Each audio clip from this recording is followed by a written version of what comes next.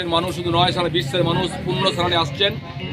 আর সেই জন্য দুর্গাপুর পশ্চিম বিধানসভার মেন গেট থেকে 13 নম্বর ওয়ার্ড থেকে আমাদের মাননীয় পণ্ডিতজি আছেন। এই পণ্ডিতজির নেতৃত্বে 3টি বাস প্রায় 200 মানুষ পুণ্য স্নানে যাচ্ছেন। আমরা এখানে এসেছিলাম।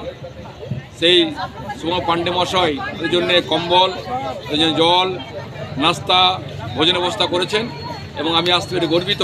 যেখানে পুরো মেন গেটে সমস্ত মানুষ তারা বাসে করে যাচ্ছেন। আমি সৌভাগ্য হয়েছিল, আহ্বান করেছিলেন, আমি এখানে এলাম।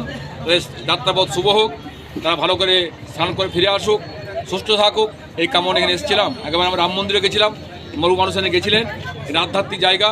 তাই পূর্ণ স্নান করতে গিয়ে পরে বহু মানুষ আসছেন, স্নান করছেন, মনে বাসনা পূর্ণ করছেন।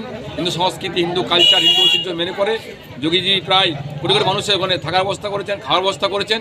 যোগীজিকে ধন্যবাদ জানাবো এবং এখানে পাণ্ডেজিকে ধন্যবাদ জানাবো, তিনি মানুষের জন্য ব্যবস্থা করে দিয়েছেন। তাই এখানে আসতে পেরেছিলাম, আসার জন্য এখানে মানুষ যাচ্ছেন।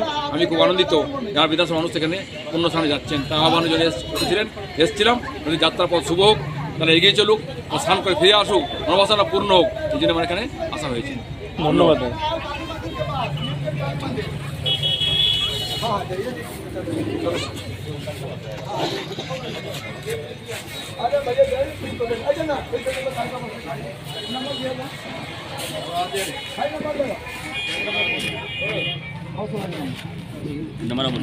एक मिनट भैया